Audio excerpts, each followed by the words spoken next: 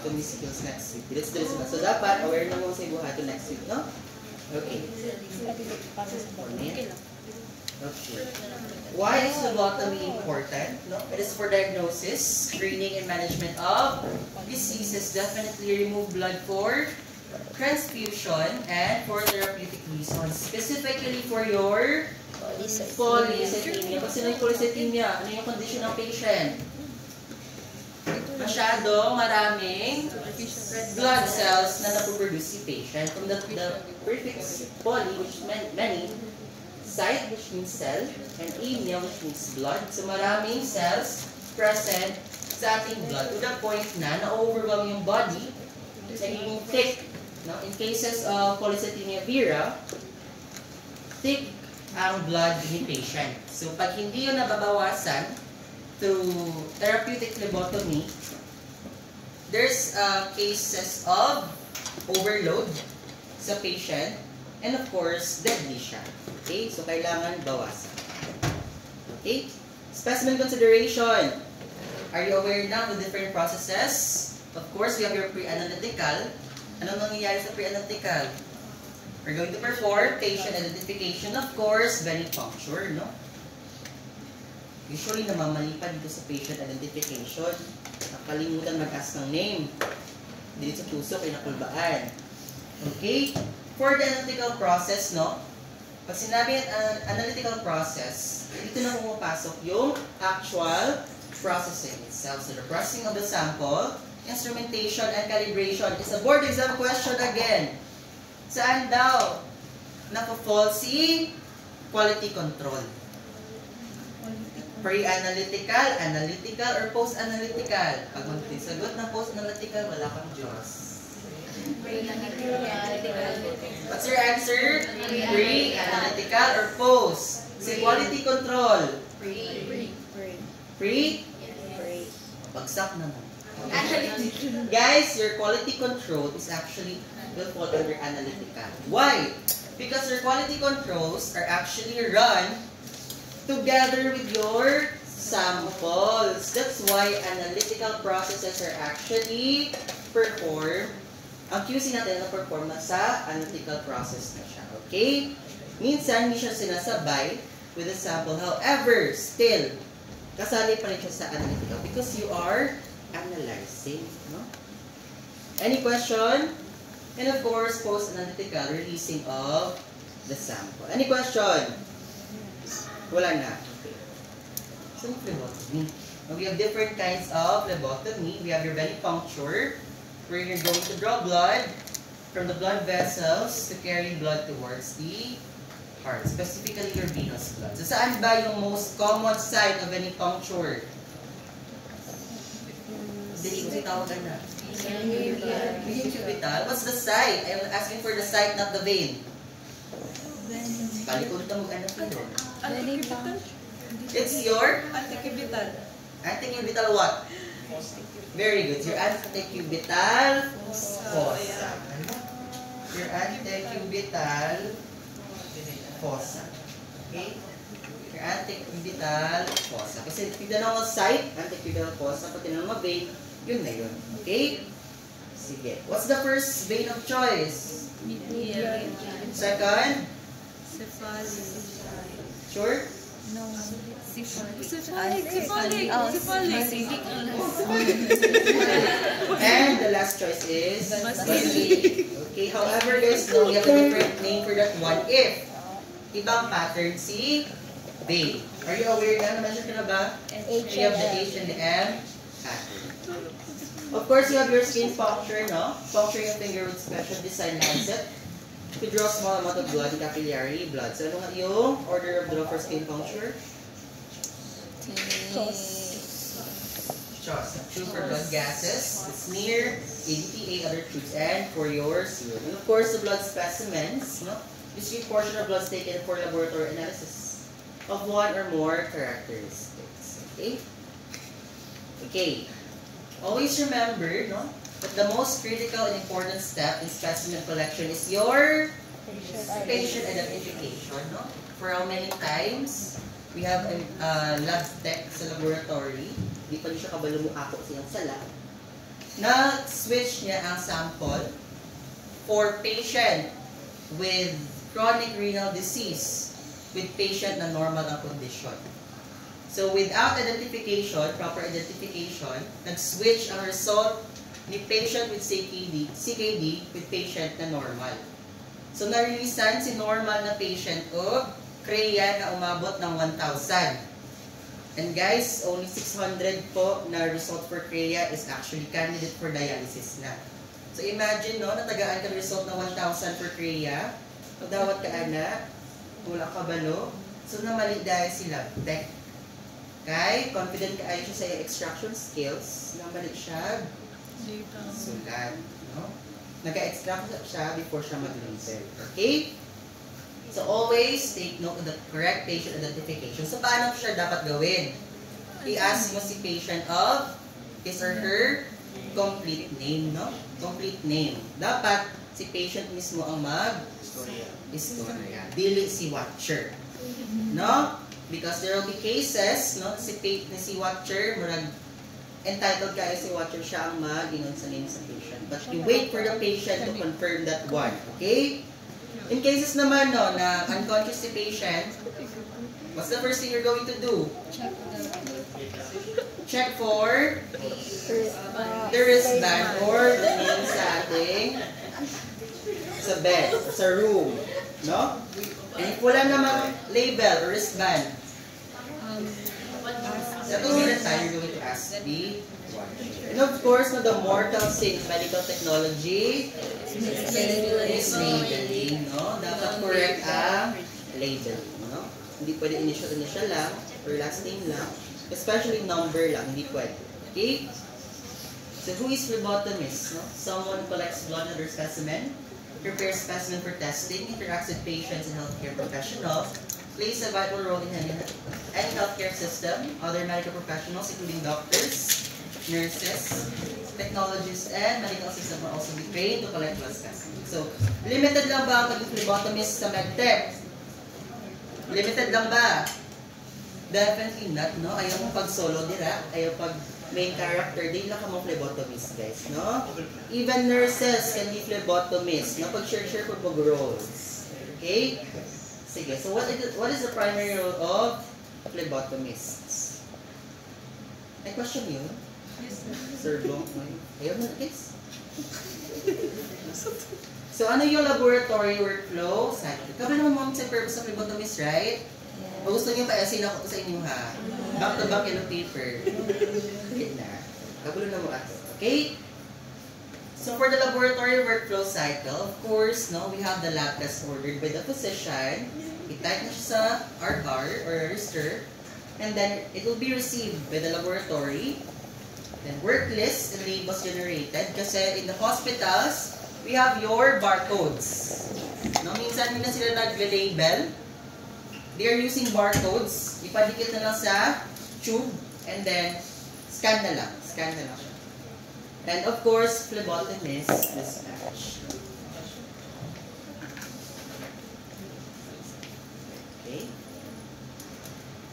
Once meron ng request si phlebotomist, no? The phlebotomist na will identify the patient. So, paano nga i-identify si patient? You ask for their name, no? Kasi umingon sila na anong na sa request, basahan na lang. Hindi mo dapat musugot, ha? No?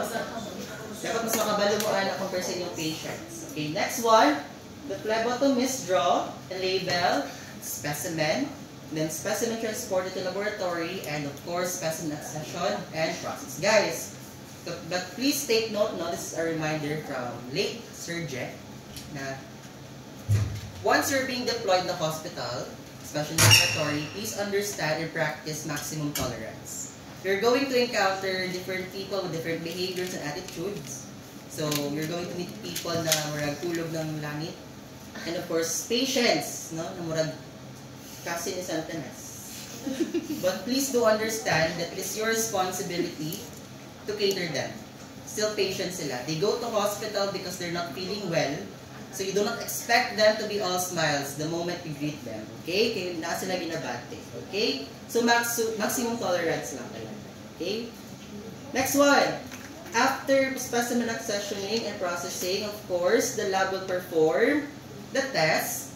It will yield the laboratory results and are reported to the doctor.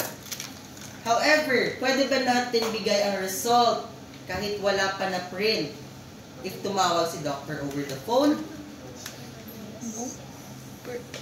Pwede ba? Si doctor nagmamadali tumawag sa phone. Yung sa result ni Annie. Pwede ba? Pero na naka-result, wala lang siya na-encode. Madali si doctor. Pwede ba siya i-reveal? Guys, yes, you may. Okay, pwede ma-relay ang information kay doctor na nag-request if nagadali na to the phone. Given that that was the doctor that ordered the test. Okay? You may share your information with the nurses, the doctors, given na it is for the patient talaga. Not for the chismis. Okay? No? Very common, special laboratory, chismisan si patient, especially kay na T-badge nakita. Nakakita ng T-badge? Try ko muna sa nakakita. Para naman wala. Para wala kumikita. Pero nakakita. It's very common sa T-badge. Matangkit sa patient. Okay, and of course, treatment based on lab results. Any question with that one? Wala na? Okay, ito. Ayun, professionalism daw.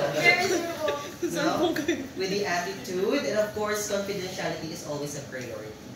You are allowed to divulge information to those na may authority, but not to people outside the laboratory. Okay lang siya, no? If the goal was to, for a better purpose naman, no? Always practice non-maleficence and non-maleficence. Okay? Safety first, and of course, work your image. Importante na alam yung ginagawa nyo. Guys, during internship, you will not be reprimanded by name. The first thing that will be noticed by your staff is your school. School. Okay? Mabahala na yan, basta makagraduate mo. Bahala naman yung buhaton. As long as nagyadala nyo ang logo sa LPU, practice professionals. Okay? Any question with that one? Standard precautions. Okay? Of course, you have your safety. All specimen must be treated potentially infectious for bloodborne pathogens. This is not a definition of your standard precaution. Yung universal precaution ba? Ano yung statement niya? Are you going to treat all specimen as potentially infectious? Yes. Sure? Universal. Sino ba na una? Universal standard. Universal. So ano yung scope ni universal? Visible lang na blood, but not limited to. Hindi lahat. However, si standard precaution, it covers entire. Okay? It considers all specimens to be treated as potentially infectious bloodborne pathogen. For example, is your hepatitis C, B, D, syphilis, malaria, and HIV. Okay? Are you aware of different types of hepatitis? Yes. A, B, C, D, and of course, you have your E as well. Okay? Of course, the most important practice to prevent the spread of infection, balik-balik na lang. Hand washing. Most important step ng hand washing? Protection. Of course, your gloves, essential PPE, must be worn during blood collection. If magpalpate, nag-gloves, wala. Nagpalpate? If magpalpate, nag-gloves? Yes. Sure. Pero kung dili ma-fail, pubuod sa. No? Okay, ito, proper hand washing. Sabi ng mga anak guys, no? Kung dili ka balik ng first year, skip na natin to. And of course, pagdating ni patient, your disposition is very important as well, no? Always greet patient in a professional and friendly manner. No? One of the reasons, guys, I don't talk like this before. So one of the reasons why I talk like this, mura ko nag-istorya ng pasyente is because of my work experience. No? Wala na ako ginababy ang mga pasyente dito. So So this is why I talk like this. So before, nang muna ko grapper, ako magyapon ka ron, gamay. Pero I really practice it one, especially during internship. Kung nagahi kayo ko mag-istorya. Of course, a good initial impression will earn the patient's trust and make it easier and more pleasant to draw a good specimen. Most likely, hindi sila langas? What's lang? Tama? Langas? Hindi saya? Langas, tama? Learn something. Okay? Of course, knock on the patient's door before entering. Hindi pwede mo sulod-sulod naman, no? Especially if inpatient. Knock first before opening the door. Okay? Identify yourself by name and by department. Paila ba po guys? No? Di kung sulod mo dito, nagawa sa syringe na hadok mo si patient. May istorya. But I'm guilty with that one before. No? Because I'm extracting 50 plus patient, ako lang mag-isa. And of course, explain the reason of your presence. Explain sa inyo guys, magpapagdugo. Good morning sir, magpapagdugo. Ako yung medtech mo. Hindi nga nag-open lang pag-syringe nila, no? Type learning kayo lang istorya. Okay, any question with this one? Understandable naman, no? Of course, patient identification. Make sure the name, medical record number, the date of birth on your order or requisition match those of the patients armband. If given, no, na merong patients armband. However, it is already required by DOH and PhilHealth na dapat meron talagang patients armband. Of course, next one, verify the patient's identity by politely asking them to state their full name. Hindi pwede na si watcher ang mag-mention, no? Or mag-assume na siya na yun si patient. Next one, the consequences of misidentifying a specimen can be life-threatening. Not to mention guys, no, kung na-switch yung sample and result, nabigyan ng gamot yun.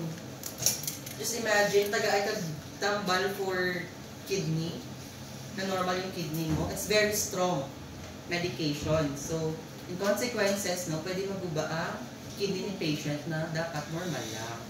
And wala tagaan si patient na ng CKD. Kung normal ang igawas na result, pinag-switch ang samples. Okay?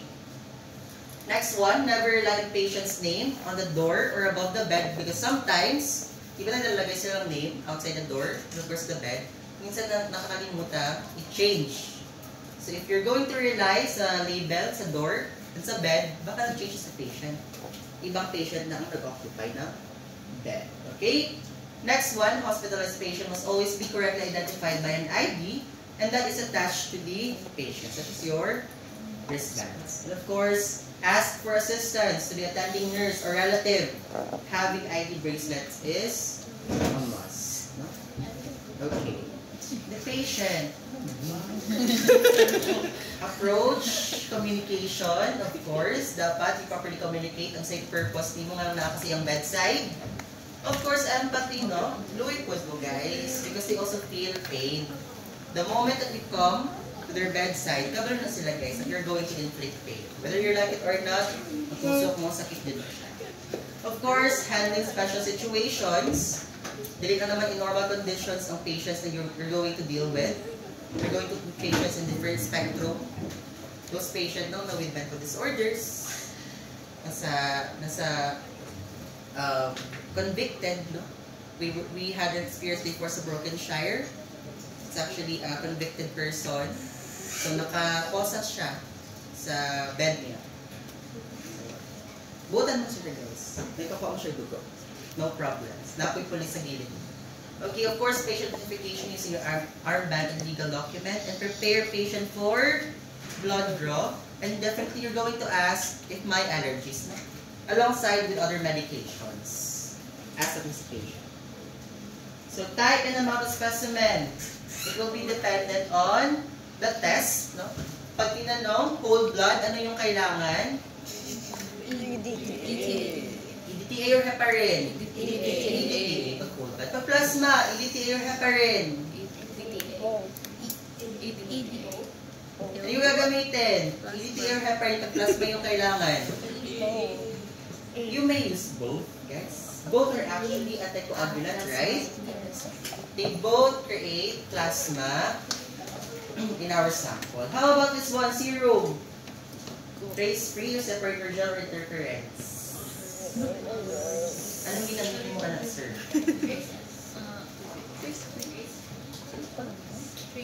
Face free? Gold or red? Okay? No? I guess the point here is that if you're going to ask, depende sa test, you have to use the following. No? If the purpose is for serology, of course, you're not going to use separate. Anong purpose nga anong dito magamit yung separator gel in serology? It will absorb your antigens and your antibodies. If you're going to use serum. For trace elements or trace elements siguro to. No? Because in trace elements, guys, you're going to use, hindi na mention kanina si Royal Blue, no? Okay. So Royal Blue, guys, is for your toxicology. For your trace elements. For trace elements, gumagamit tayo ng same pa rin, serum. And of course, interference substances, such as drugs, still serum pa rin. So, nakadepende sa test. No? So, if bigyan ko kayo ng test, alam niyo ba kung anong tube na gamitin niyo? Ginawa niya ni Sir or ni Mami before sa PMLS? Yes. Gawin natin ulit. Okay? So, the amount of sample needed to perform tests, no? Multiple labs needing the same specimen at the same time. So, in laboratory, guys, no, we actually share samples. Because some section would actually use your sample gagamitin sa ibang section. So, hindi, naman si patient, no, na gagamitin sa HEMA si EDTA. Kailangan din ni blood bank ng EDTA. So, do you have to collect 2 tubes sa isang patient? Hindi na. So, share na lang kayo. So, importante that alam din natin kung sino yung unahin natin sa laboratory. No? Especially sa paggamit natin ng urine. Especially if it involves si microbiology. That will be discussed naman sa AUBM. Pag hindi na-discuss, magsabi sa akin, awayan ako sa limang BNB. Okay? No? Para isa lang katusukan, guys, no, si patient. Isa lang tusukan. Okay? Next one, the basic phlebotomy supplies. Kabalo na maana, guys, no? Kabalo na, aware na. Skip na natin yan. Okay, for the equipment, familiar, gloves, lab coat, and mask. Definitely, the lowest na to siya, ha? But not limited to. Meron na kayong lab shoes? Yes. Okay, of course, cleaning agent, alcohol pads, povidone iodine for blood culture, collection, and blood gases, and of course, soap water for alcohol testing and allergies, and cotton balls and gauze. Guys, bakit povidone iodine ang ginagamit natin for blood culture and blood gases? Why? Bakit? Bakit hindi alcohol na lang? Hemolysis? Nag-clean pa lang man tayo. Bakit? Bakit hindi tayo gumagamit ng alcohol sa blood gas and blood culture? Bakit? Hindi pa ito naturo nila Ma'am Pina? Hindi pa? Sa blood culture, hindi pa? Hindi pa. Okay, guys. We're not using alcohol in these cases because it will interfere with the analysis of blood gases. No? And remember, blood gas is very sensitive. No? Hindi pwede ma-expose sa air. And most definitely, alcohol will create an erroneous result sa ating blood gases. And for the taste naman ng blood culture, guys, actually, iba po ang ginagamit natin. Yes, you can still use, some laboratories still use alcohol, pero sa blood culture kasi, there are series of disinfection na ginagawa. First step, you're going to use 2% cyclohexidine. Yung ginagamit. Afterwards, gagamitan si povidone iodine. And the third step, balik tayo sa 2% cyclohexidine. So, 3 times siya, i-rub dito. 2% cyclohexidine, and then your povidone iodine, and lastly, cyclohexidine, before puncturing for blood culture. So, hindi alcohol yung ginagamit. Naintindihan? Overview yun, guys. At least, palating ng microbiology, alam nyo na.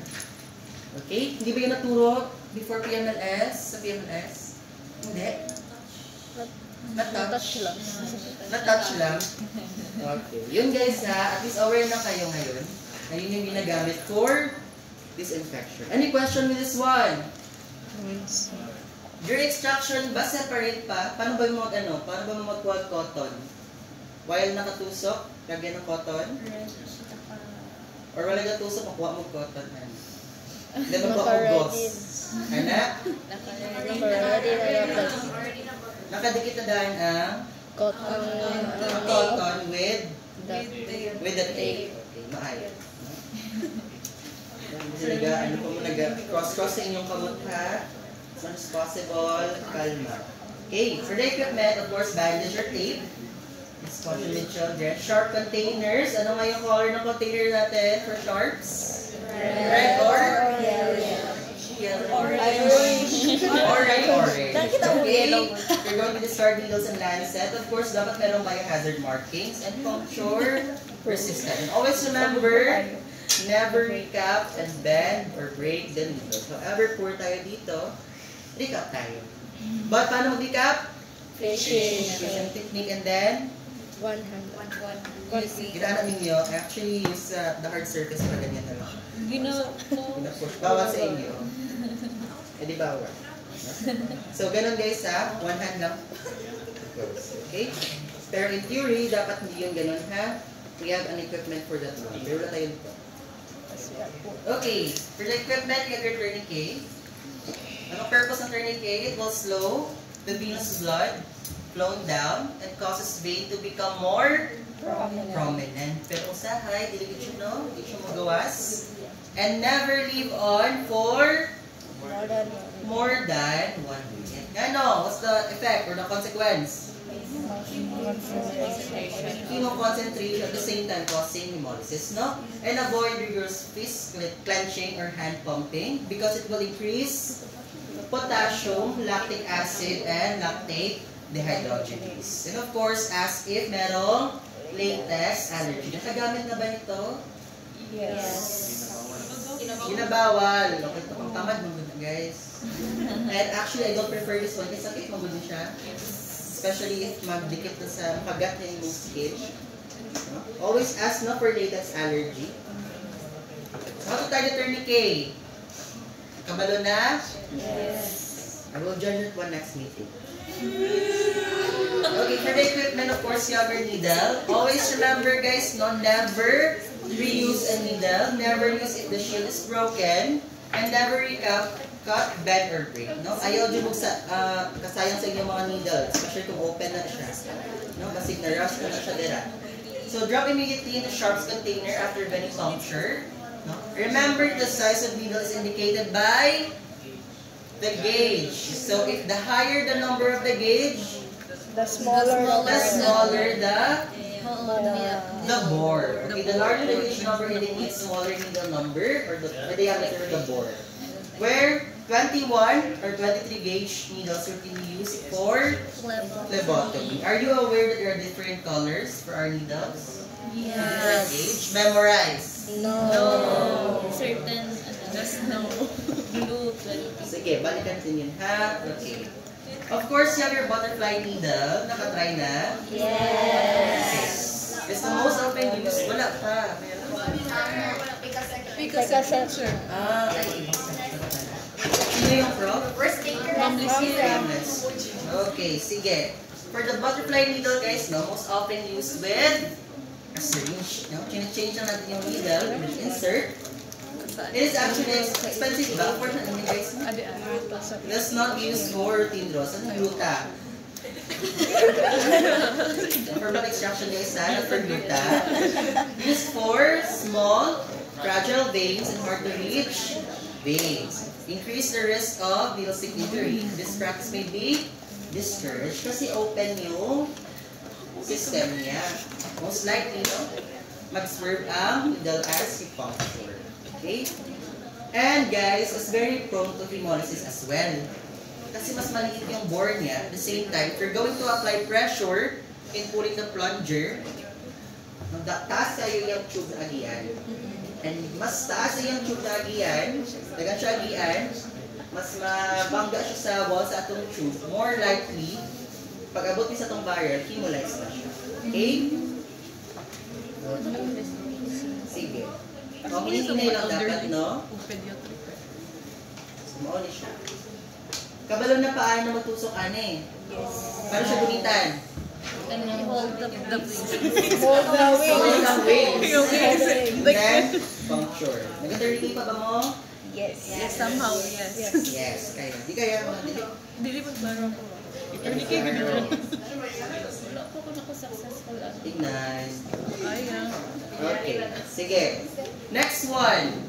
The tube holder bucket taker adapter, no, for your ETS. Meron ito? Yes. You have your tube holder, no? Yeah. Of course, you have your, ang tawag dito? Multi-sample needle. Ay, oh, Multi-sample needle. Multi-sample needle. Multi-sample needle. Tama niya. Of course, guys, no, we threaded. Like ang mga needles nyo for ETS. Ano na yung hub? Ano may challenge? Dapat yung walang hub. Okay? Wala yun. Wala yun. Yes, dapat walang hub. So, paano magamitin? No, you have your needle attached to your tube holder. Then, ano gagawin? Wala ba yun? When you puncture, meron na ba dapat tube? Wala pa. Bakit? Para. Yes, mawawala ang vacuum. So, you have to puncture first. And then, if na-establish na, napasok na sa vein, then by that time, you're going to puncture the evacuated tube. Of course, you have to take note the order of draw. Okay. When ba tatanggalin ang tourniquet? Yung ETS? Backflow. Pag na-backflow na, or meron na, nag-fill ka na ng first tube mo. Okay? Sige. Na-try na to? Yes. Successful? Yes. Sige. Bye tayo na. Okay. Next one is for your syringe, the most common, no, challenge. May challenge. Aware na ba sa mga parts ng ating syringe? Of course, you have your plunger. You have your graduated barrel. You have your hub as well, the needle, the bevel. Ano yung bevel dapat? Drink puncture, up or down? Up, no? No? During my admission, yung medtech ko, kilala ako, of course. Wala siya nag-expect na ako yung patient. Nagtusok na unta siya, balik na lang bevel niya. Sabi, kasabansan ako siya. No, hindi pwede yun. Not with me. Okay? So if masambol na siya, kaya na siya. No? Always remember that you must not pull your plunger aggressively if nakita nagdugo sa atong hub. Ayaw din na siya i-pull dahil, ha? No? Actually guys, I do that as well. But, if you're not so sure, no, kaya usahay magawas ang blood sa hub, but nag-through dahil ninyo. So, upon pulling, no, wala ni gawas, pulls lang hangin, hindi mo sure. So, before you're going to pull that one, establish muna yung flow. No? Dili enough na ay blood sa hub lang. Pull mo na gamay, if naanin na sunod sa barrel, then go. No? I actually do that one, guys, no? Kasi one late, naka-extra ko na. But, the consequences of that one is that probably, no, very prone to hemolysis. Any question with the syringe? Usually, ano ba yung CC ginagamit nyo? 3, 5. Ano mo gamit o 10? Tagawa na sir. Si Bumukot. Ano wala ba eh? Gahi kayo, so wala nyo na-practice sa plunger first. Dito na, ano yung shot na mo yun? Turumo pa dyan. Taro mo pa yun. Now, we're not using turumo sa province guys, so may choice. Walay backflow. So, bahala ka na dyan kung may merong backflow or wala. And of course, lastly, importante, your black waterproof pen. Required ba to? Yes. Of course, no? During our time with Sir Neil, guys, no? Sulat ng label, paon yung tube. Anak ko na rin. Dapat din na matanggal. Dapat din na matanggal, no? Actually, available naman yung sa DIY, guys. Yung 10 pesos na marker, actually sufficient na yun. Okay? Any question with this? Wala na?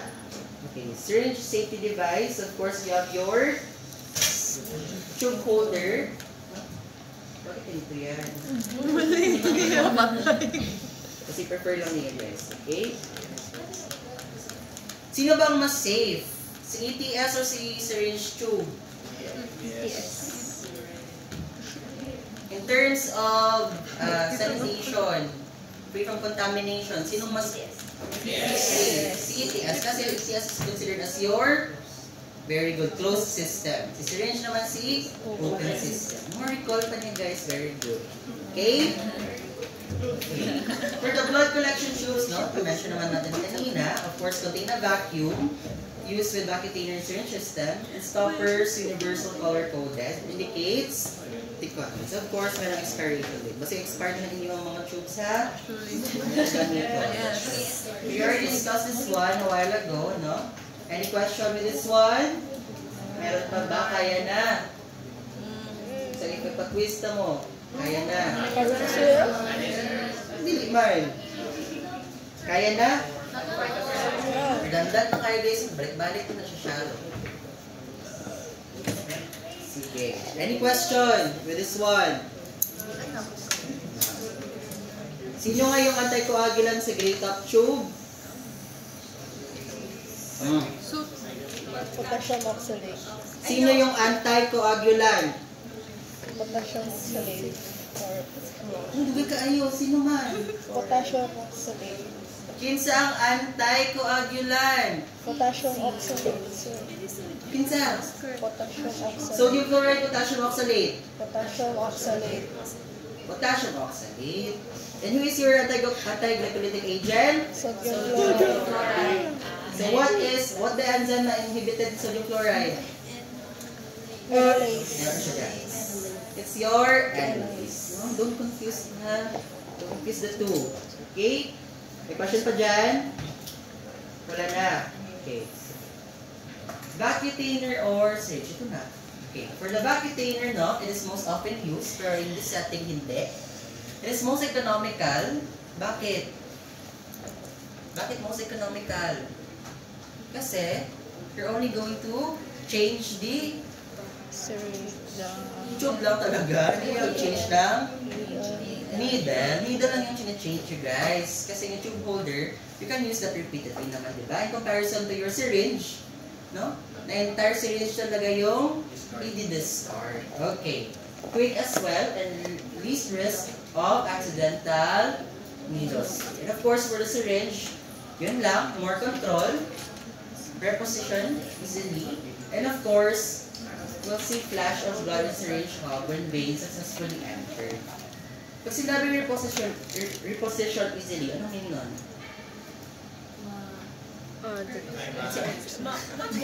Dalera baka. Ano yung Very direct. Of course, no? If na-wrong sa first na puncture, you can easily redirect or reposition your needles if syringe yung gamit. No, mahirap pag naka-EPS, no? Mahirap masyado mag-redirect. Okay? So the venipuncture procedure, of course, you have to remain calm. As pertaining to yung medtechs, dapat tayong kalma. No? Kasi nag-isabay niyo yung mga patient sa kulba, nagkurog-kurog mo. Of course, organize yourself. Make sure that all the equipment na kailangan niyo and materials dapat nasa tabi niyo na. Organize your equipment and stick to 11. Ano yung stick to 11? Hindi yun na-discuss sa PMLS. Hindi ko yun alam, guys. So I'm asking. Sir, ano yan? But the main point here is that dapat, before venipuncture procedure, kompleto na yung gamit. Okay? 11 kagamit. 11 ba yan? Sobrang. 11 ito. Another ano? Sige.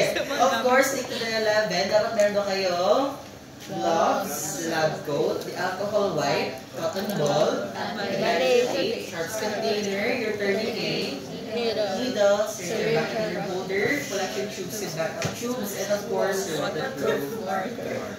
Okay, so dapat stick to 11, sabi ni Sir Bo. Kung merong wala dyan isa, alam na. Okay? 11 to Next one, of course, selecting the site. Ano nga yung site? Anticubital fossa. The anticubital area most often access. Pwedeng gamitin si hand or si wrist. Remember, you have two arms. Pero in cases no, of amputee, baka yung choice kasi isa lang talaga yun. No? Of course, in some cases, if merong IV, or may edema or may access for dialysis si patient sa other arm, lang yung choice kundi pa-extract sa one available arm. Of course, no? Remember, you have 2 arms. Dito ako nagkamali during LSE guys, no? After internship. Kasi, pina-apply pressure ko si Abby. I got the lowest phlebotomy guys. Kahila ko kasi hindi ko magna. Okay. Of course, use the tip of your index finger on non-dominant hand. Saan yung index finger niyo? I'm hindi sure kung asa index finger. To, with your non-dominant hands, if you're right-handed, at yung gamitin. Observe ba yan or yung dominant hand yung ginagamit? So, guys, mag-press, no? And to palpate the area to feel the vein. Guys, in palpating your vein, kaya pag yun ang murag na push ninyo, no? Ang mga tanang mo, wala kang feel. So, ang pag-feel kayo, nakasagad na sa bone yung pag-push, no? Tamang patong lang and feel the vein. Okay? Naaradyo na siya dira, guys. Naaradyo na siya. Okay? Nag-struggle ka ba with the palpate? Yes. Palpate. First, no? Kaya kapag wala ka mapalpate, pulbaan dahil. Okay? Don't worry. We'll go through with that next meeting. Ganun daw. Of course, with your gloves. And dapat with gloves. Sige. Of course, no? Hindi daw naiwasan if yung patient, in presence of intravenous line, naka-IV siya, never draw above an IV site. So, dito yung IV site niya. Usually, IV site dito naman, no? You must never draw sa taas. Why? Because the flow of the blood is actually going upward. So, dapat never draw above an IV. And as much as possible, you're going to draw from the other arm na wala IV. However, if hindi available si other arm, what you're going to do? You're going to draw Below this. sa arm. Same arm kung saan si IV. However, you have to draw below the IV line. If dito si IV, okay dito. If dito pa rin siya, you find other. Dito yung first choice, sa kabila. Sir, kung Dalawa dito ka mo. pag-upload Detail. Na-experience na? With difficult draw? Wala. Yes. Sige. So in cases no na mayroong IV si patient, if you're going to extract on the same site kung saan si IV, you have to stop the IV for at least 2 minutes. Kayo ba mag-stop? No. You have to inform the nurse, no, kung sino available doon, to stop the IV for 2 minutes and wait muna for 2 minutes before you're going to perform extraction. No? Another mistake na naman ni lab tech ko before. Nag-extract siya ng sample on same site na hindi ako in-inform and hindi po dextrose ang na-increase sa patient. It's glucose. No? So upon chemistry, taas kayo siya, FBS, and wala nag-react sa urine. So, gi-release sa result, no? Wala pa dyan ko ato, guys. And she was using my license. So, kaya ko pag-ulit na ko. Kasaban ako siya. So, to. So, importante dyan, no? To ask kung sa content ng IV na and always ask for assistant to stop the IV for at least 2 minutes. No? Simple procedure, hindi pa nagagawa. Mauna. That's the reason nga nung lab tech siya. Alam ba ang difference ng lab tech and med tech? Yes. Anong gusto niyo, med tech, lab tech? Medtech. Med tech. Okay, med tech, no? No, med tech dapat ang goal, hindi lab tech. Okay, next one. Of course, draw below the IV center. Remember, sa IV yan doon, no? Okay, ito siya nag-draw. Pero here in Philippines, no, dito talaga ginagawa ang IV. So, sa kabilang arm na. Okay? Sige. Okay. How about in dwelling lines? No? Meron tayong mga patients na merong indwelling catheters or indwelling lines, such as your Hickman catheters and heparin locks. So, anong gagawin? These are actually lines for your medications. Use sa medication. Yun nga. Only nurse may access these lines. You can obtain blood, no? Called a line draw. and must clear line of heparin contamination by discarding 5 to 10 cc of blood. Pwede ting gamitin yung indwelling lines na yan. However, you have to discard 5 to 10 ml or cc of blood before collecting. No? Sa hospital, guys, no? Usahay kong tama dun si Medtech. If i-admit si patient, of course, attach ang IV. Upon attachment of IV, before i-attach ang line, di ba, katong needle sa. So there will be backflow. Masakay kung tama si Medtech, magsalod sa siya. Magsalod lang siya, especially if lisod kayo kuhaan si Medtech. Magsalod sa siya before i-attach ang line. But, I always remind them, my Medtech, na dili din na siya i-observe. Because very prone to hemolysis. No? So what's the point of magsalod na ka kung magtusok tayo kausap? Kaya rejected ang sample, no? So tusok na lang yun. Any question with this one? Wala na. Kapoy na isa.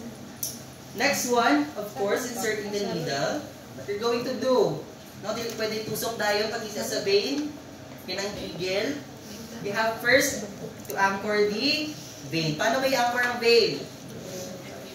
You're going to grasp the arm with your non-dominant hand. Hawakan mo, dapat stable siya. And use your thumb. You're going to stretch or pull the skin before puncturing. Bakit?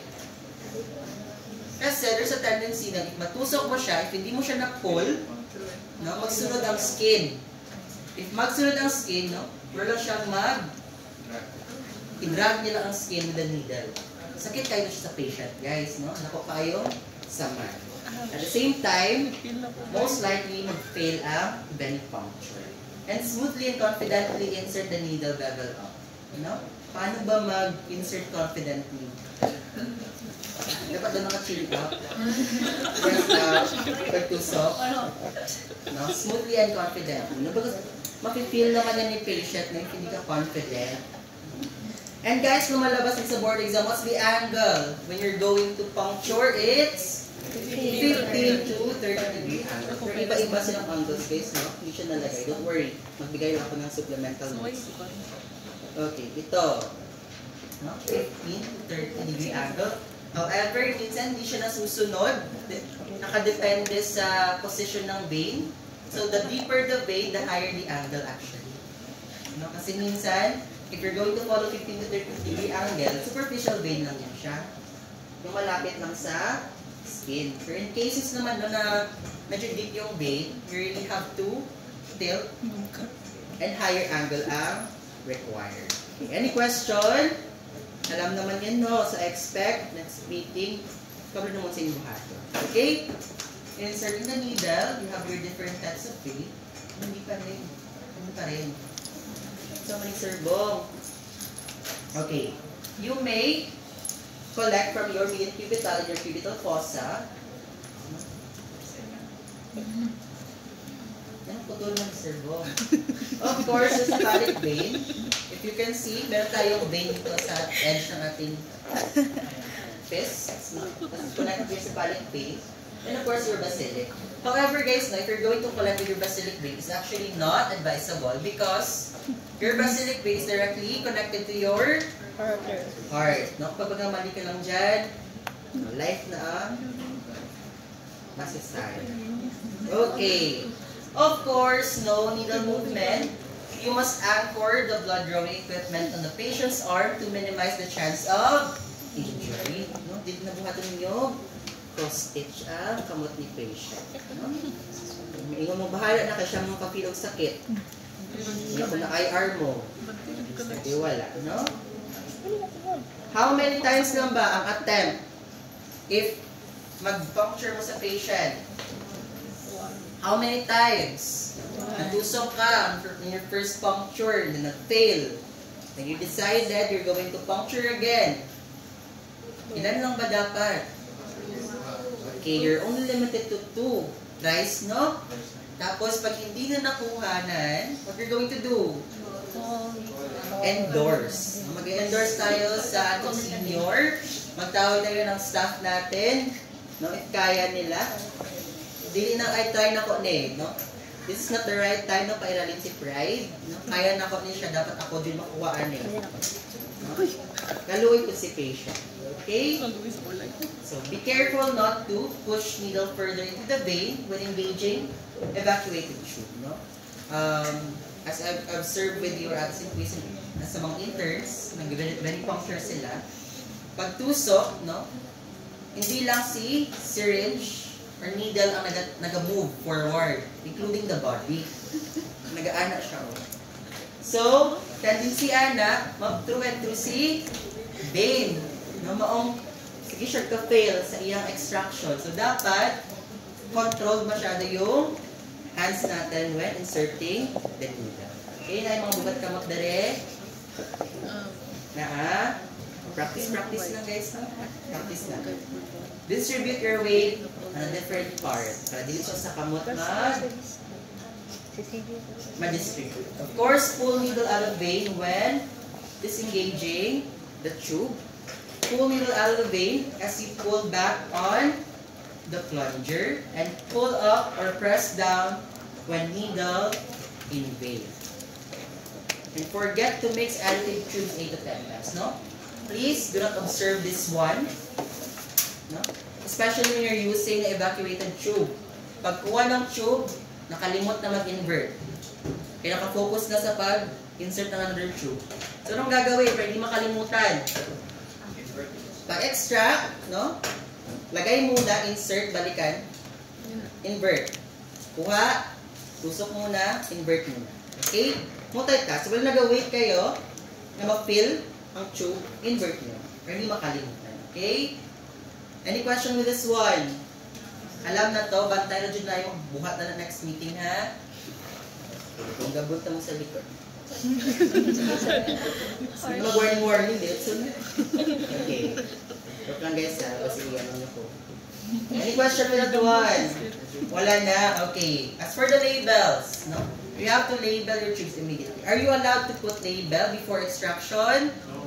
No. Absolutely no pre-labeling. So, inside of the patient, para makita ni patient, if tama ba ang spelling, tamang information na nilagay niyo. Of course, with the patient name, identification number if available, the date of the draw, and time of the draw, military time. Sinabi military time, paano yun? 13, 48, 24 hours talaga, no? So, pag 1:30, ano yung lalagay niyo sa 13, 30. Okay, meron pa bang AM, PM nun? Wala na. Okay, and of course, your initial para makita kung kinsang mali na pag-hemolyze. Okay, ilagay ang initial ni MedTech para makita kung kinsa nag-extract para naisisi yung hemolyze. Okay? Ayun. Any question with that one? Wala na? As for the labeling of blood collection tube, you're going to use black indelible marker, which is also waterproof. Never pencil kasi na-erase. And always remember that is considered to be as a legal document. And dapat nakasulat ng maayos. Print, legibly. Okay? Were you reprimanded na before kasi pangit ng sulat kamay nyo? Sino nag-reprimand? Sirmin? Hindi? It's not okay lang yan guys kasi hindi naman natin change ang handwriting. As long as it is readable. Okay. Okay? Required information, at least meron itong 5, the patient name, the ID number, date of draw, time of draw, naka-military tayo, and of course, the signature of phlebotomist. No? Most likely, the first initial and your last name. Sinabi first initial and last name, complete ba si last name? Yes. And of course, the initial. Sorry nila sa mga tag-as of last name. Of course, recheck draw site. No? This is very common, especially sa workplace. Kasi sometimes, nagdali-dali na, ipabayaan si patient, wala na tarong apply of pressure. No? We have patients like this, guys. Idalagan nyo sa amua, na ako sa next patient. Kay, wala gitarong ni MedTech pag butang og micropore with cotton. No? Nagdugo na dito siya. Puno nagdugo ang dito. So, failure to obtain blood, no? You have to check tube position and vacuum. Baka hindi nyo lang siya nakit ang vein. Always have backup tubes nearby. Then, needle position. I-check nyo if tama ba ang position nyo. And of course, probably, nag-collapse na si vein. Egi, busot-puslutan na ninyo. Okay, so always take note of this, no? Kaya alam mo, dito na siya magsulod. Sa daig bangag. Okay, ito. Ito yung correct insertion of needle at an angle where the blood goes freely to the needle. So, hindi ito pwede through and through. In collapsed veins kasi guys, no? Hindi talaga nag-flow ang vein, ang blood. Magkakaroon ng stasis. So, kahit mag-pull kayo yan, wala makukuha. Okay? Any question with this one? Wala na. Okay, next one. If nag-fail naman kayo sa pag-extract, no? Look at alternate site. So, ayaw din na siya i-try again and again ang same site. You most likely mag-collapse ang vein. So, try the other arm or hand. And of course, no, use different needles, no? Ayaw sa mo pagtipid, anak, guys, no? Even though same patient siya, you have to change your needle. Kasi, the moment you enter or you puncture the patient using the needle, what do you call, what's, mapurol in Bisaya? Habol? Mahabol ang needle the moment you're going to puncture the patient. So, pag usok mo yan, gamitin mo same needle, masakit na. Okay? But in work, ginagawa ko yun. Okay? So, of course, use fresh syringe if contaminated na. And only try again Twice. if hindi pa nakakuha ang second at ano gagawin? Endorse. Endorse na sa senior or sa other staff. Any question with this one? None na. Okay. Next one. Poor collection techniques. No? These are actually the manifestation ng mali-mali yung ginawa niyo. First one, we have your venostasis, no? Due to prolonged application of 30K, more than 1 minute. Nasa-stay yung blood doon, hindi siya naka-freely flow. Next one, hemodilution. This is very common, especially when you're going to extract blood sample above the IV line. Bakit? Last natin kanina morning. Nagdidilute si blood. Kasi, na-introduce si Susan. Okay ka lang? Okay. Kasi, in IV guys, no, we're going to infuse fluids. So, if you're going to collect blood above the IV line, of course, diluted na si blood. And of course, short draw. No? Blood to anticoagulant ratio. Very sensitive si blood to anticoagulant ratio. Hindi lang si light blue and si black top, no?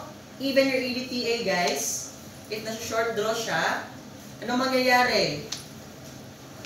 Ma-overwhelm si blood ng anticoagulant. Nadidilute siya with anticoagulant. Pag hindi enough yung blood sample. Next one, hemolysis. Nahihemolize yung sample because of traumatic stick, no? Balik-balik nag-puncture si vein to the point na nahihemolize si blood inside the vein. Next one, too vigorous mixing. No? That's why we have your inversion. In ilang beses kung dapat siya invert. No? Paano mag-invert? Figures of 8. No? Dapat ganun din yung bantay na dyan. So, due to vigorous mixing, naghihimulay siya. And guys, it actually activates your platelet.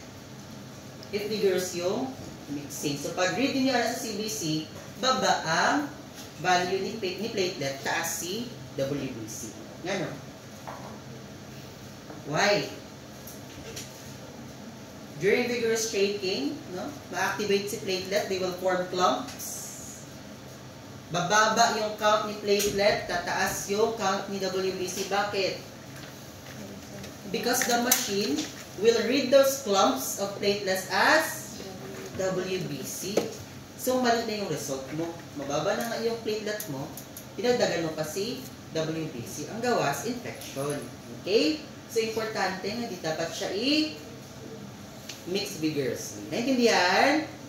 Okay. Next one, alcohol still wet. Alcohol has an effect with your blood. Remember, no, that your blood contains proteins as well. And your alcohol will denature your protein, therefore causing hemolysis. And of course, using too small of needles, no? I mentioned a while ago with the butterfly technique. This is one of the reasons why most of the sample, not most of the time, no? Nagkakaroon ng hemolysis when you're using the butterfly method. Kasi masyadong maliit yung bore ng needle. Especially when you're using too much force sa pag-pull ng plunger. And of course, in relation to the last one, no? Excited ka ayaw mo mag-pull sa plunger, kaya nakita na si backflow sa hub. Mag-ipugos ninyo, bira si plunger. So, the moment na mag-rush in ang blood, it will come in contact forcefully tungkol sa pagbira ninyo, most likely mahimulay siya due to mechanical force. Okay? Any question? Wala na. So, yan na movie. Next one. Tapusin natin ito, guys. Wala na mo isipon. Ang next topic. Wala na. Ay, glassware. Yun na lang. Yung hindi nyo mga kilala. Yung mga bagay hindi nyo kilala. Okay? For the poor collection techniques, of course, you have your clotted sample. Anong nangyayari? Bakit nagkakaroon ng clotted sample? Hindi namin mix ang blood with anticoagulant. So, si anticoagulant minsan nasa wall lang siya ng ating glass tube or sa ating tube. So, if hindi siya nami-mix, no, napabayaan lang yun siya, na-activate si coagulation cascade, nagiging clotted yung sample. Magagamit ko ba ang sample pag clotted na? Definitely hindi na, no? Iuli na sa inyong balay. Okay. Of course, dramatic stick, same pa rin. Nakaklot yung sample. Next one, partially filled tubes. Or mas sinatawag na short draw. Ano yung nangyayari pag nagkaroon ng short draw?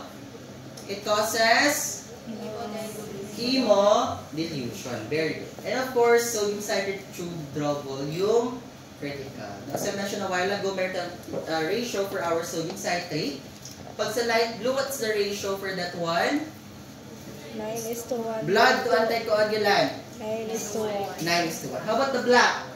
4:1. 4:1. Very good. And of course, using wrong anticoagulant. No? Pag CBC nga yung test nyo, anong anticoagulant dapat meron sa tube? EDTA. EDTA. Okay. Pag serum naman, ang kailangan? Go. Serum? Go. Ay, sa pautan. Anong tube? Gold or red. Gold or red. Okay. Guys, no, confused pa kayo kung sino makaproduce ng plasma and serum. Basta merong anticoagulant talaga yung tube, automatic plasma siya. Pag merong anticoagulant, plasma. Okay, for your great top tube, plasma serum. Plasma. Plasma kasi merong anticoagulant which is Potassium potassium. oxalate. How about your green top tube, plasma serum? Plasma. Plasma serum. Green top tube. Plasma.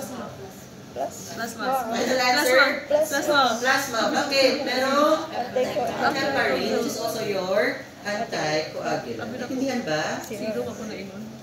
Okay, sige. Next one. For specimen contamination naman, no? Paano ba siya na commit? Using incorrect cleanser. Ano ba dapat ginagamit for contamination, decontamination? You mentioned kanina? Your alcohol and your povidone iodine. So, dapat yun yung ginagamit na hindi yung tubig-tubig lang. Okay? Of course, alcohol, still wet. Ano yung contamination natin pag basa kasi alcohol? Sepsis. The alcohol itself, the alcohol itself is actually the contaminant, no? Kasi hindi pa na-dry. So, dapat dry muna. Make sure it is dry before puncturing. Okay? Powder or gloves. If you notice, if you're using your latex gloves, di ba may powder siya? So, that can be a contaminant as well. And of course, drawing blood above the IV line. Next one. Any question with contamination? So, kaya niya meritanan. Okay, sige. Next one, specimen handling. Of course, there are substances, no? And specimen that dapat hindi sila ma-expose to light. They're very sensitive to photo-oxidation. And one of example of that is Bilirubin. very good, bilirubin. Samples tested for bilirubin, urobilinogen, and creatinine. Creatinine is actually light sensitive. And of course, dapat pre-chilled tube, and of course, body temperature. We have different tests that would really require transport on ice. So, ano yung mga substances na yon? Ammonia, lactate, yung lactase. Balik ko ba yung chem? Your ammonia, your lactate, no? Ano pa? Your blood gases, no, in general. And of course, dapat sa body temperature din yung ibang substances. Okay, any question with that? Wala na? Okay. Next one. So, proper glove removal. Alam na ba paano? So, paano? Pinch. I-pinch ang Outside of the ang palm sa other hand, wearing the gloves, and then And then you sa mga you like this, you're going to you like this, and then Roll. like this. you what? You. And then afterwards, with your fingers, insert it sa Inside of the build the gloves with your other hands, and then pull where? Upwards. Dapat nabaliktad siya, no? Okay, and then afterwards, discard. Asa may ilabay? What color? yellow. What color? Yellow. Wala, simple question. No, what color yung check shoes? Mali agad, no? Yellow, guys. No, yellow. Okay. So, alam na to, ha? Lutang na to, guys. Apoy na. Sige lang. Kumala na natin niya siya. So, technical tips. The more relaxed and trusting your patient, the greater chance of successful atraumatic puncture. So, how are we going to reach this one? Paano ba? Of course, you must display calmness din, no? So, dapat confidence mo na you can actually perform the procedure perfect. Hindi mo perfectly, accurately, and appropriately. And of course, good verbal, listening and non-verbal skills are very important for patients. Reassurance. Hindi na murag, tindog lang kadira ng tuso. Hadlok na sila sa mo. Okay, you have to reassure them as much as you can. Bahala nag-introvert ka, maningkamot ka dirag mag-istorya sa patient nimo. Okay? Okay. Any question with this one? Wala na. Okay. For proper identification, no, it is a 3-step process.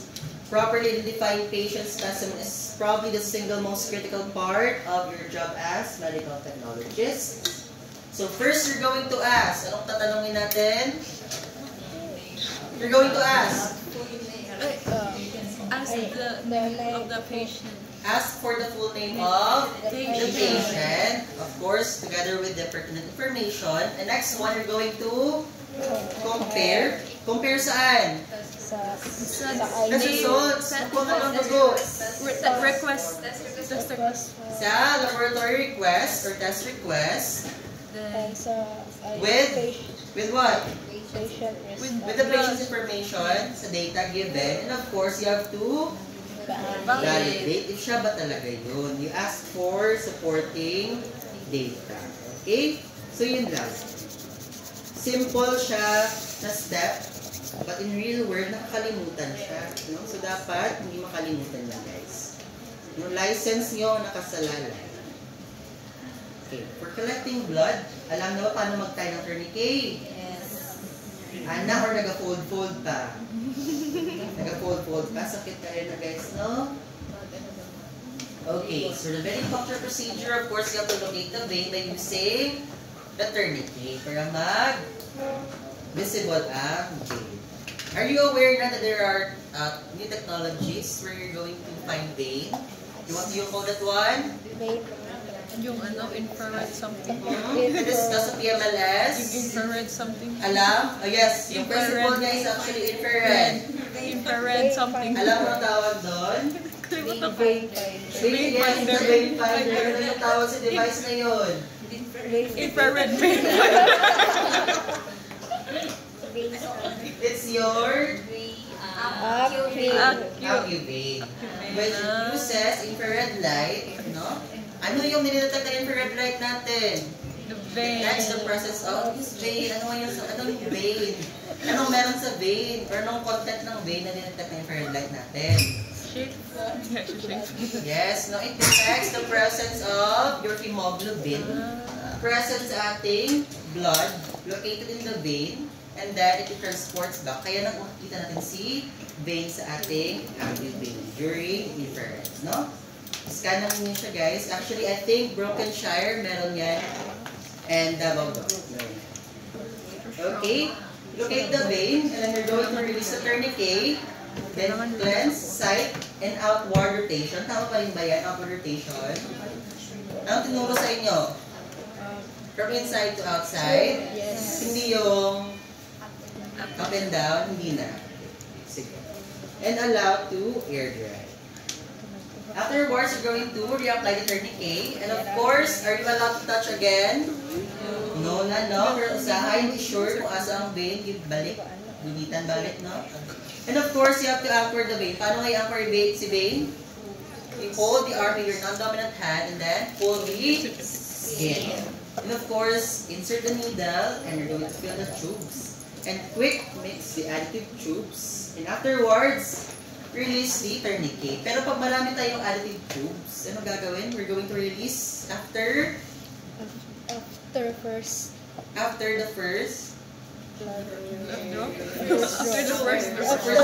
group. Actually guys, sabi ko na ba sa inyo, when dapat? when nanay In theory, dapat when itagal yung tourniquet? Yeah, may katumbang na ano, backflow. So, in theory, dapat you're going to remove your tourniquet if meron ng backflow. You were able to establish backflow. And of course, release tourniquet and withdraw the needle. Okay? And then engage safety device. Unfortunately, wala tayong yan dito. Dispose of needle immediately and apply pressure to puncture site. Ilang minutes ba dapat? Mag-apply ng pressure. 1 to 2? 1 Ay, dili. lang. 15. 15 talaga. Ay, the patient. Actually, 5 to Sa 10 minutes. patient. 5 to 10 minutes if you're going to apply pressure to the puncture site. And of course, no, para may time kasi platelets to cover the puncture site. Of course, label the tubes. Check the puncture site. No, baka dumudugo ka. Of course, thank your patient. And remove gloves and hand wash afterwards. No? Pero during internship, tipid masyado, wala na nag-change of gloves. In cases naman of accidental needle stick, no? Anong gagawin? Hilak, sir. Of course, you have to remain calm. Cleanse the wound with alcohol. Wash wound thoroughly. Notify the supervisor, in your case, your instructor. Follow site protocol and complete the incident report. No, ayaw din mo hilong-hilong, guys, no? No? Ayaw, di mo kasaban, anak. We will guide you how you're going to deal with the needle stick injury. Okay? So, pag natusok, ingon dayon sa instructor. Nakatry na, skin, ano? Needle stick, wala pa. Looking forward? No! Ayaw na, guys, no? Sige. Okay. However, no, in some cases, there will be patients that refuse to have their blood work. So, di sila gusto pa kung magdugo. If someone hesitates to let you collect a blood specimen, first, no, you really have to persuade them in a good way. Explain to them that their blood test results are important to their care. No? Patients have right to refuse blood tests, guys. It's their right. It's the right to be subjected to different medical procedures. They have the right to refuse as well. So if the patient still refuse, report and document patient refusal, no? Pero kung dili jud siya, kapusa. So in case of pedia patients, guys, no? So what I am doing before, since needed naman siya, and nag-agree naman si patient, if dili jud kaya makontain si ang bata, what I am doing is, ginabalot na ko siya sa habol. Tama, habol? Sa blanket. Ginabalot na ko siya sa blanket. Muna siya mommy, para siya kalihok. Yung sahay, pula ko habol, pinakumo na ko iyak ka mo. Madok man. So, ayaw din sunda, guys. Bahala din ang ligid-ligid ka sa salog. Susukan dito ka nakabya. Okay? Rarely patients will faint during venipuncture. So, naturuan ba kayo before nung gagawin? If si patient nagka-syncope, alam syncope? Fainting? No? Nalipong si patient, alam ba paano gagawin? Anong gagawin? Hindi? Hindi naturo? Elevate. Ay, hindi. Balik ko na ipa-elevate. Elevate agad. Nalipong siya sir, elevate agad. So, sige lang, hindi naturo. Hindi. Let's have a supplement discussion na lang on this. So it is therefore important that patients are properly seated or lying in such way during venipuncture so that if they do faint, they won't hurt themselves. And of course, limited lang naman yung fainting. So dapat naka-properly position si patient. So I actually encountered this one, no, pedia patient, confident kayo yung bata, lalaki, na magpatusok. No? I thought, yan lang niya gatusok ko. Wait, do guy, nahulog na yung ulo. Good thing, natapos na ako extract, and nasunod ako yung ulo, no? Kung wala pa, wala na dyan. Pag mata niya, guys, siya kablusay ng hitabo. Pinakalingkod lang pa dyan siya. Sabi na ko ginasilip niya yung kamod while nag-puncture ko. Slow mo pa dyan iyak. Slow mo iyak pagtulog. Sige. In times of fainting, no? So what we're going to do? Sir, mag-panic. Picturean si patient. No? Sige, para ma-monetize. No guys, no? Hindi na? Kaya na siya buhata. No? Makasuhan mo. Okay? In case of fainting, gently remove the tourniquet and needle from the patient's arm. No? Ayaw dito yung pugson. No? Nalipong na si patient. Dili sa kasayang ang pagtusok na ako. Dili. Remove the tourniquet, remove the needle, and then apply gauze or apply pressure to the skin of the puncture site and ask for help. No? If ikaw lang ang nasa room. If the patient is seated, place his head between his knees. So, ano yun? Place his head between his knees. Ganyan lang. Okay? And a cold compress on the back of the neck may help revive the patient more quickly. But I have other ways, no?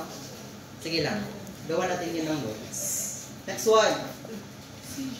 Sir, ano ba? Okay. In cases of seizures naman, no, immediately remove or discard the needle and then apply pressure with gauze. Then you have to notify the nurse and ensure the patient's safety to avoid further injury. Do not try not to contain those patients na nag-undergo ng seizure. No? Pugnan ninyo, it's not advisable. In case sa mga vomiting, wala na kaya, nahadlok sa dugo. Precaution. Okay. So, provide the patient sa container and tissue. Kung meron tayong emetic bowl, dapat meron yan. Kung saan siya mag-vomit. And of course, tissues. And of course, notify the nurse. Si nurse na bala mag-clean yan. Kung gulit ka na, mamala ka. Okay. Of course, ensure patients at position to avoid vomit aspiration. So, dapat nakatakilid siya, no? Sige, balik niyo siya sa resting position. Natulong niya bakit yung vomit, no? So, dapat assist si patient na makavomit siya, mapagawas niya easily, no? And notify the nurse. Okay? Any question with that one? Merong question? Wala? Okay. Next one. How about the case of unsatisfactory specimen? Pagdating ng specimen sa sample ay pangit. No? Mauna na yung purpose kanang ibutang initial ni medtech para may sisihin. Okay? They can cause misleading laboratory result. Pag nakita guys, no, napangit si sample pero na-run pa rin ni medtech, obviously, erroneous na si result. It must be rejected by the laboratory. It is important, no, na the moment your samples dumating na sa laboratory, dapat i-check siya. I-check siya if hemolyzed, i-check if clotted. So, paano ba siya i-check? For the purple top, what we're doing is we get an applicator stick. Then we try to dip the applicator stick sa purple top. If may nakita mo na clots or nagatibugol sa stick, we actually consider it as hemolyzed na. And of course, for the serum sample, after centrifugation, obvious naman, i-hemolyze ang sample. Anong color nga i-hemolyze ng serum? Pink to red. Very good. Siya na nag-respond, guys. Ano na? Sige. So, the patient must then undergo another venipuncture to get a better specimen. That's one of the reasons as well, no? Na if you're going to have laboratory tests, di ba hinihingi din ang number and email address. In cases, no, napangit yung sample na pagkuha sa inyo, they can notify you immediately, especially fasting yung request ni patient. Na-inform immediately and then balik pagka-morning. It costs time and money to redraw the specimen, no? Especially if nagatipid si laboratory sa stocks, no? Another syringe, another tube naman yung gagamitin. Sayang masyado. And lastly, the credibility of the laboratory is reduced if too many unsatisfactory specimens are drawn. Mabash yun na sa management. Any question?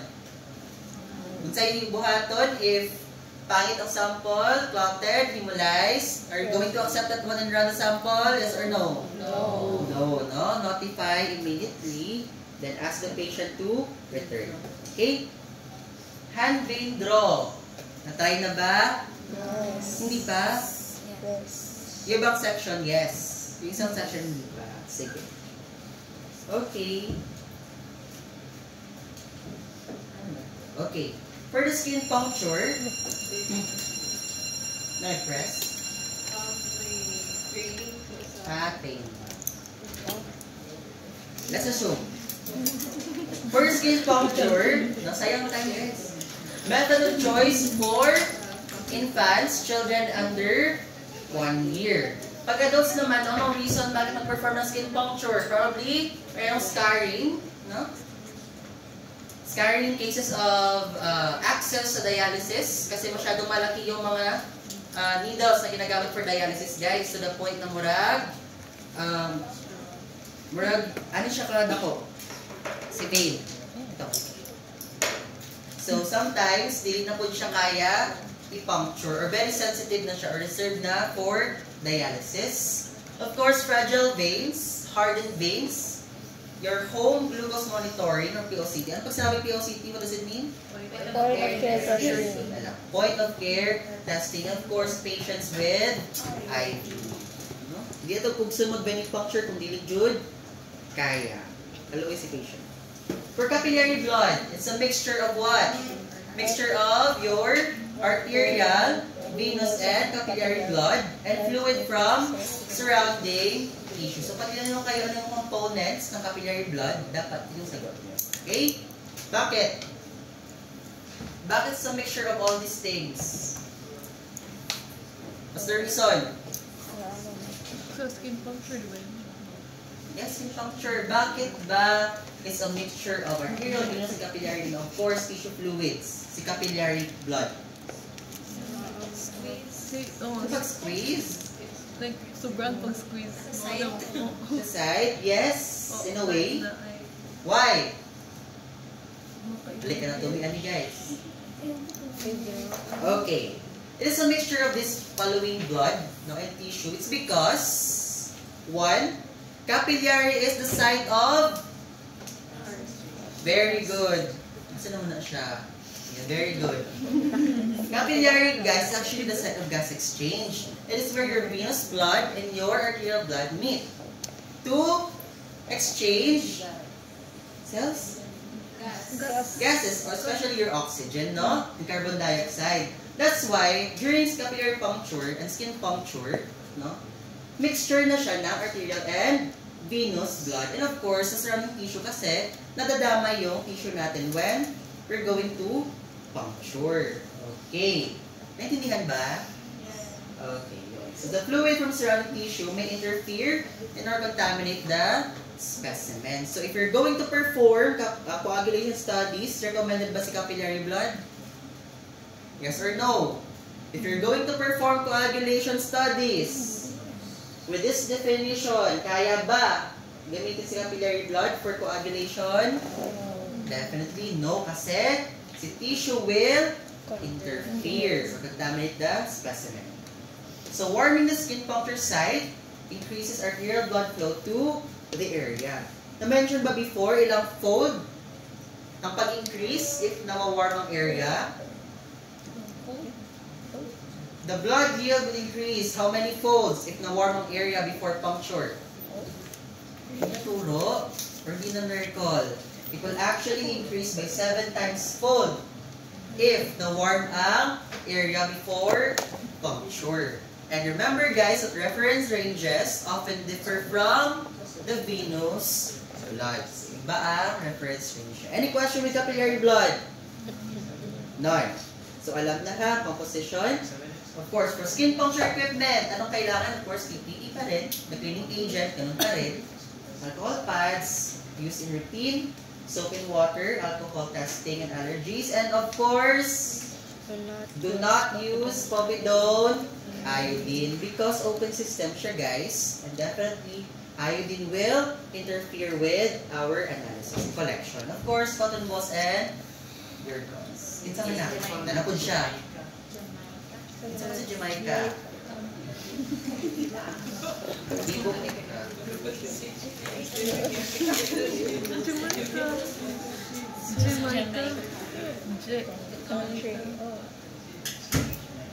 Calling the attention of Jamaica.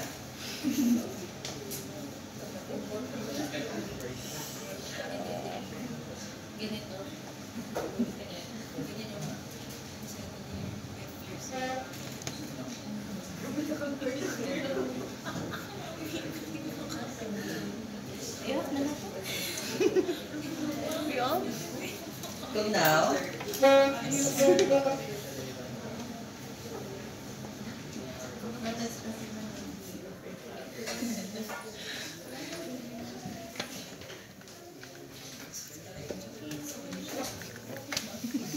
Okay, let's proceed.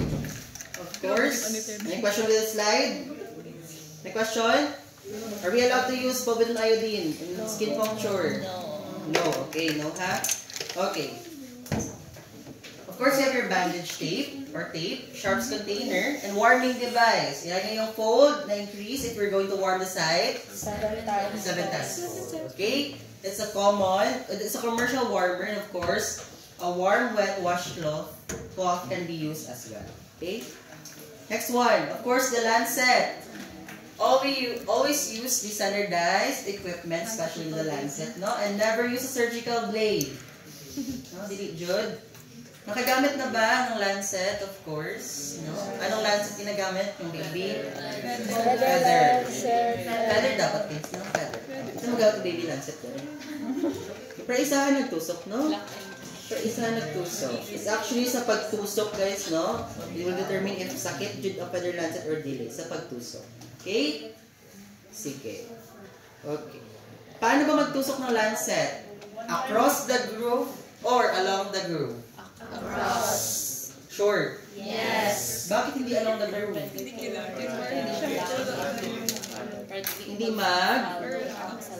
Hindi mag-flow sa grooves ng fingerprint. Okay, I heard a term here, perpendicular daw. Anong meaning ng perpendicular?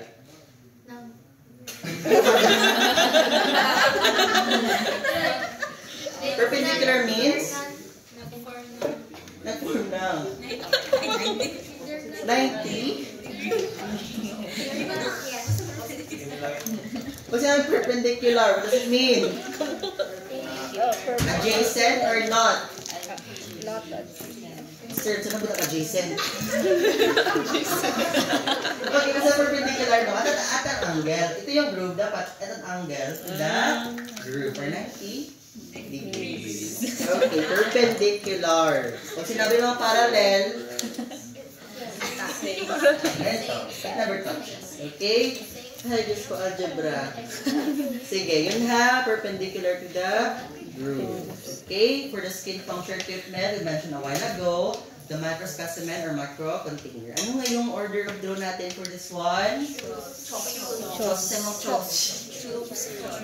for blood gas. Smears, EDTA, other Other tubes, tubes, and serum. Serum. Okay, very good. Tandaan ha. Okay. How about for the glass slides, no? In relation to our order of law kanina sa microcollect, we're going to use your glass slides to prepare your peripheral blood smear. Nakagawa na ba? Yes. No? no? I saw your frustrations online. Yes. So, perfect na ba si Smear? No. Practice lang guys, practice. Kaya yan guys, pagdating ng, internship, you will be applauded by your staff kasi magaling na kayo. Ano yung technique nyo? Countertop? Or yung hinahawakan ka? Practice yung countertop guys. Yun yung appropriate na lang. Okay, your countertop. Marunong? Nadia, alam mo kabalo? With the countertop technique, you're going to place your slide, and then yung ka lisod. Anong lisod man? Sige lang. No? Wait for your team. Okay, for the skin puncture site selection, no? We're not limited to our fingers only. So, puncture across the fingertip or perpendicular to the fingerprint line. So, dapat dito. Okay? No? Makita dyan na pag mali ang puncture sa pagtulok lang sa blood, messy kayo. Okay? Sige. I will observe as well paano mag-skin puncture. So, hold the finger between your index finger and thumb. No? And then puncture the finger using a quick, smooth motion. Na-follow ba? Quick, smooth motion. Isang finger ba ang ginagamit usually to collect? The ring and the middle finger. Okay. So, paano ba magtusok? Quick and smooth. Ano lang? Ano magtusok? Ano lang, mas sanay lang? Actually, hindi ako ganyan magtusok, guys. No? Ano, Jod? Lubog. Ganon. Yun. Para sure. And always remember that you're going to wipe away the first drop of blood. Bakit? Contaminated with what? Very good. Tissue fluid. So, kailangan i-wipe off muna, no? Okay, no? So, dapat kabalo mo sa reasons, guys, as to why, no? Dili nga, kontam-kontam lang. Okay? To collect the sample, always remember, do not touch the collecting device to skin surface. Do not scrape collecting device across the skin, no? Remember, you have your microcollect tube. Wait for the blood to drop. Dili anaod. Guilty? Yes. Guilty. Okay, so paano ba? Wait for the button, guys, to form. Were you taught by your previous professor? When you're going, and avoid milking as well. No? Dili mo sig ana. Wait, i-massage nyo siya from here, from palms, to the tip of the fingers. And wait for the button. Alam niyo yung button? It will form murag button ng blood. Mag-wait nyo siya mag-form ng parang dome. This is the surface of your hand, or your fingers. Mag-wait mo ang blood na mag-form ng dome. Para mas daghan siya. And it will fall using gravity lang. You don't have to swipe it with your collection tube. And of course, do not scrape, guys, the skin. What's the purpose of wiping off the first drop of blood? Kung gina-scrape lang ang gyapon ninyo. Diba? Together with sweat na yun. And of course, do not scoop blood into collecting device. No, kaya nag-anak na siya. Kaya nagpanik na ka, gi-anak na ninyo. Dili pwede ha, dirty na yun. Dirty. Next one, apply pressure to the puncture site and label specimen inside of patient with indelible marker. Any question? Okay. Ganito ang procedure. Of course, wipe first. Clean. Then perform puncture perpendicular to the groove. Okay. Wait, di ba naka-form siya ng button? So, paano ba kayo mag-perform? Naka-ganito ba? Or naka-ganyan? Naka-ganito. So, ganito lang siya, guys. So, let the gravity do its work. And then, ganun lang. Then, wipe the first drop of blood. Di ba, remember? Smear siya. Then, collect with... Ang tawag dito? Hematocrit tube. Capillary. It's your capillary tube. Guys, your microhematocrit is actually your procedure, no, to identify your hematocrit level. No, microhematocrit tube nyo dyan. And of course, your tube. No, hindi pa alam ang difference. Naku. Next one is your heel collection, no? Aware na ba? No? Aware na ba with this one? Or nakatry? Of course, wala. Sa mga baby. Okay? So in here collection guys, no, you have your imaginary V line here. In this shaded area, it is the only area where you can puncture. So mali ito siya. Naluwi tayo sa Samaran. I actually went on training with this one at Corona Dal in Marbel for newborn screening. Okay? So ganon. So lateral, the plantar surface of the heel. Yung definition, right? And then you're going to wipe, then puncture, and collect. Collection na po siya. Okay? Iba naman for the newborn screening. We're informed in newborn screening na not only once ang pag-puncture. Are you aware? Mickey Mouse. Alam mo Mickey Mouse? So, in newborn screening, it would actually require more amounts of blood. Kasi lalagay mo yan siya sa filter paper. I-fill mo yung circles doon. So, in order for medical technologists to get an ample amount of blood, yung ginagawa doon is, wina-warm talaga yung heel ni baby, and then we're going to puncture 3 times sa heel. Some medtech, Mickey Mouse yung ginagawa. Yung ganyan. Buti ng Mickey Mouse na wala. Pero I actually do not follow this one kasi masyadong messy. So what I do is, same side ako nag-puncture 3 times.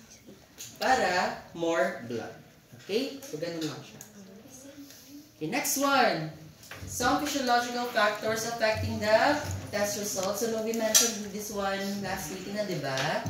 So, balikan natin. Of course, the posture. Ano nga yung hazard in body posture? Ergonomic hazard. The urinal rhythm, exercise, stress, diet, and smoking. Okay. If you do not see blood flow, the tip of the needle, ano ibig sabihin nun? If hindi mo daw nakita, the moment you pull out the needle, and then pagtingin mo sa bevel, wala. Ano ibig sabihin nun? Hindi na nakakita, may not be within the vein, may have already passed through the vein, na through and through mo siya, may have missed the vein entirely, na ang vein direct, pwede ka natusok. Namin medtech dito guys, kaunong siya katusok. Para ko yung ugat. And maybe push up against inside the wall of the vein. Nadaplisan lang, tama? Daplisan? Like, sa yun na. Unsa daw to siya? Explain mo na lang. Okay? Na-hit mo ang vein, pero hindi at the center of the vein. Nasa wall lang. So, hindi mo nakuha yung blood. Nagasgasan mo lang siya, guys. Okay? Interpreter. Interpret muna. Gets na? Okay, sige. Congratulations. Okay, for troubleshooting, incomplete collection or no blood is obtained, anong gagawin natin? We're going to redirect. We're going to reposition the needle. Paano ba mag-reposition? What we're going to do? Say, Ana? Backward. Ano? Redirect. Paano mag-redirect? Backward. Pull. And then, what you're going to do after pulling? I-pull talaga outside? No. Ano gagawin after pulling? Palpate muna, Hanapin mo na si vein. Then, pag nakita na ulit, puncture, Ayaw pag-ana-ana, guys, Always pull back first if mag-redirect kayo. Because it might not be the lumen. Baka nerve na ang puncture ninyo. Mas masakit yun. Okay? Sige. And of course, adjust the angle. The bevel may be against the vein wall. Again, nasa gilid na naman si bevel kasi hindi siya naka-bevel up. Next one. Loosen the tourniquet. Probably, masyadong mahigpit yung tourniquet mo to the point that the blood does not flow freely. Next one, try another tube. There will be no vacuum in the one being used. That's why, if nagamit na or na-puncture na si evacuated tube, discard na agad. Kasi wala ng vacuum. Sayang naman, Ano gamitin pa man na siya. And next one, re-anchor the vein. Veins sometimes roll away from the point of needle and puncture site. So, nadyo yung mga veins na traidor. So, what you're going to do with that one? Of course, you have to anchor it properly. Hold it properly, guys. Inaadyo mga veins na wag nagalutaw ra sa kamot. Next one. Hematoma. Malasagot ito ganina, wala. Sa quiz. The consequence of prolonged tourniquet application. Okay? Meron?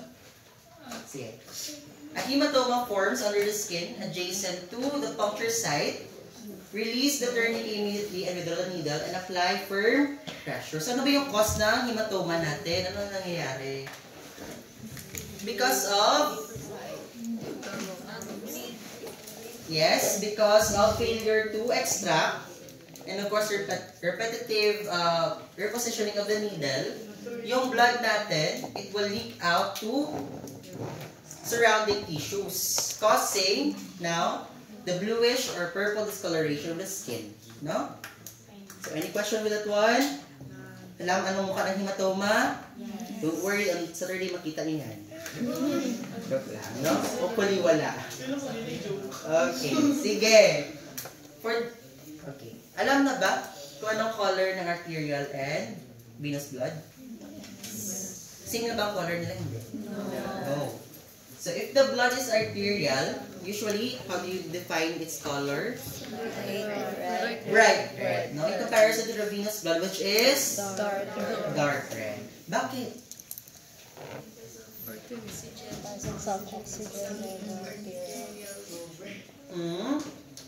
Yes, a portion of it. One of the reasons is because arterial blood carries oxygen. At the same time, your venous blood carries of course. Ano yung carry niya?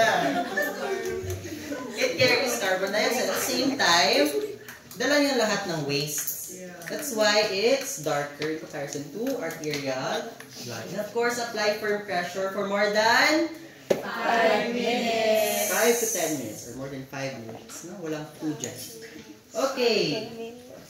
So some of the complications in vein punctures, no, merong petechiae. Were you able to discuss what's the difference between hematoma, petechiae, hindi, purpura, wala pa, or sige, sa hema yun na yan.